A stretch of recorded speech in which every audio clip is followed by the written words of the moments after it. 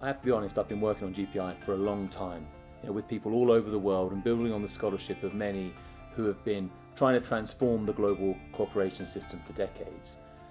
And there were times when it really felt like an uphill struggle, especially early on, when the idea was considered really unrealistic, and sometimes in meetings, people actually laughed as we presented it. And I myself thought it was a long shot sometimes, but there were always people from all geographies and sectors saying, this is going to happen, this is the right direction, we need to shepherd in a new era of truly global cooperation that's more effective and that responds to the world as it is in the 21st century. And maybe we've honed the concept to make it clearer and tighter, but I think mostly it's the context that's changed, that's made people realise that the GPI approach, all benefit, all contribute, all decide, is not only necessary, but urgent. The increasingly obvious climate crisis, the new challenges of tech and AI. I think mostly it was the COVID moment that really shifted people's understanding of how we need integrated financial approaches to global health challenges, not ad hoc, hit and hope arrangements. And now, of course, there's the mega crisis in multilateralism sparked by Donald Trump.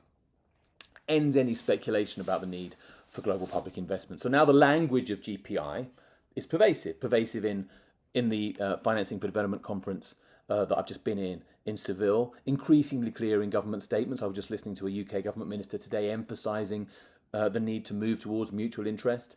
South Africa are keen to include GPI in their G20 work. I live here in Colombia, and they've been keen for years. Chile, Norway was on the GPI expert working group a few years ago and has always been supportive, funded this paper actually, which I will be coming on to.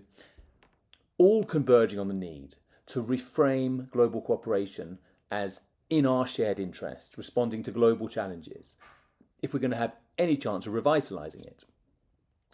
But as someone sitting next to me earlier this year, as I presented this document, said to me, this is not just a comms problem. It's not a question of just talking differently about the same thing. We need to change the product, not just the adverts. And that's why this report, actually here in its Spanish version, emphasises two major evolutions or transitions. People often ask me, how do we go about implementing GPI? And that's why I wrote this report. So first, a narrative transition towards mutual interest as the framing. And second, a transition in our institutions towards mutuality, in other words, fair decision-making processes. So what does a narrative renaissance look like? For GPI to become a reality, we need to rediscover an old story about international cooperation and retell it for a new time. Current narratives, rooted in donor generosity and recipient need, are no longer resonant. They fail to inspire public support and they entrench unequal relationships. We need to shift from charity to mutual interest, from transactional to transformational. And this new narrative should start from a simple premise. In an interconnected world, our fates are interdependent. Investments in health systems, clean energy, stable economies and peace, anywhere, are investments in stability and well-being everywhere.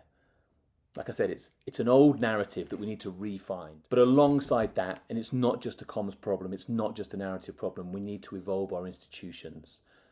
While global public investment envisions new structures and mechanisms, it does not require waiting for a single global breakthrough. Change can begin now. All of us can begin it by embedding GPI principles into all of our institutions, existing institutions, initiatives and processes, as well as new ones. And the key idea is mutuality. Designing systems where responsibilities are shared, governance is inclusive, and benefits are collectively owned. And in this report, I argue that moving in this direction, and I've even put together, again, it's in Spanish, a kind of little theory of change here, explaining how if we evolve our narratives and evolve our institutions in this way, it will lead to more money from both Global North and Global South, and more effective spend of that money, and also, crucially, a renewed sense of dignity in international relations.